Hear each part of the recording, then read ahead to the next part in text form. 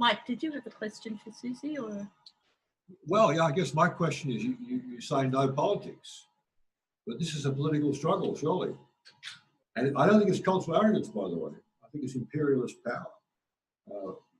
The US hegemony being defended. I think that's we had 2 world wars to establish that, and now they're back on the same warpath again. I mean, Assange's plight can't be understood outside that whole political context. In my opinion, we're fighting against the capitalist state, huge profits and plans for to maintain American global domination. How can we free him without taking up that fight? Well, I completely agree with you that that it is imperialism, absolutely. And you can see this track back throughout history time and time again. Julian's not the first person to be in this situation, but he is the first person within this current generation and this current paradigm to be in that situation.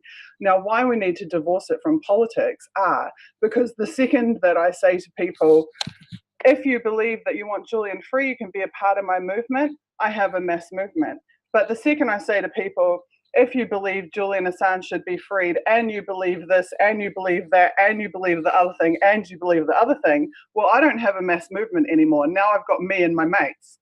So we have to decide, do we want to have a mass movement, or do we want to be ideological Puritans, quite frankly, and say, no, you can't be with me unless you believe everything I believe? I think they can be with us as long as they believe in this one achievable goal, because it's overdue. It's past time for the people to have a win like this.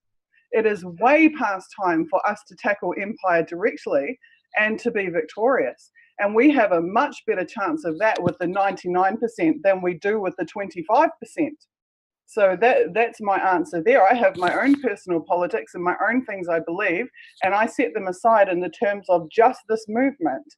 I might not set it aside in my other activities, the rest of my activism and journalism, but in the terms of this movement, our best chance at victory is to get as many people on board as possible, which means we need to have as few ideological borders as possible. It needs to be as open and approachable as possible. And I think we've seen that with the numbers achieved in such a short time, even without any mainstream audience hearing about it to bolster those numbers. So I feel the proof is in the pudding, and here it is. Here's the pudding.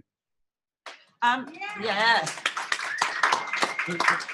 How can you free Julian Assange unless you clarify why he's being persecuted and who's persecuting for what? I think everybody inherently understands why he's being persecuted. He tells the truth to the people, and the people are thirsty for that truth, which is why I discussed with Chris Hedges last month. We were talking about all of these algorithms that are being imposed on social media and whatnot to try to silence alternate voices. But yet, if you go to CNN's channel, you see maybe 20,000 views on a video.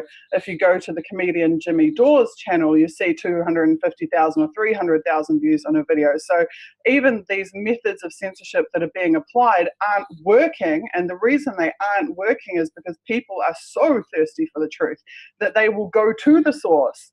They will go to Jimmy's channel looking for Jimmy's show because they know Jimmy tells the truth. And so we still have an open window of time at the moment. I don't think people need to be told why Julian is being persecuted. I think it's abundantly obvious and clear to them why he is. What I think people need to be told is how to free him. That yes, we can do it. Yes, we can build a united force, and yes, we can storm that that digital barricade, and we can force these governments to adhere to the will of the people and to international law. But it will require numbers, and it will require persistence. Yeah, for what it's worth, Suzie, you could be a life member of politics in the pub in Sydney. I mean, because you've given us a sense of a campaign's coherence through unity. I do understand what you mean by leaving politics at the door, even though paradoxically it's a political campaign. But unless once you include all sorts of isms, and in a way that's been one of the Achilles heel of the movement to free asylum seekers. So many isms that the coherence of a campaign is lost. But you've given us an inspiring address and a sense of coherence about this campaign. Well, I think that we can all come together on this because it's all about human rights and the rule of law. And that applies to everybody. It doesn't matter what your politics are.